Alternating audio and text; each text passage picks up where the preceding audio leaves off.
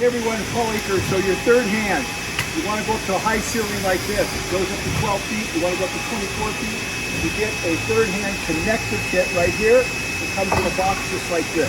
I'm going to show you how to remove the bottom adjustable foot so you can do that very quickly and easily. So you can do it with a pair of vice grips or you can do it with a vice. I'm just going to put a little tape on this real quick and just kind of put a little tape on there to protect it. I'm going to put it in the vise. I extended the threaded part out quite a ways, okay? And then you see how I just pulled that off? So now that's open and that comes off. Then what you do, you look in there, you'll see the center pole's in there and it's going to be in the way. So you're going to want to put the ball detents right there. And another cool trick is, you see the black line right there?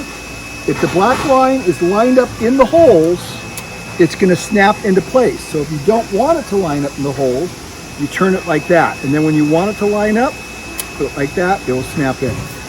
Now that you've got that done, you take the third hand connector, it goes in just like that, and there you go.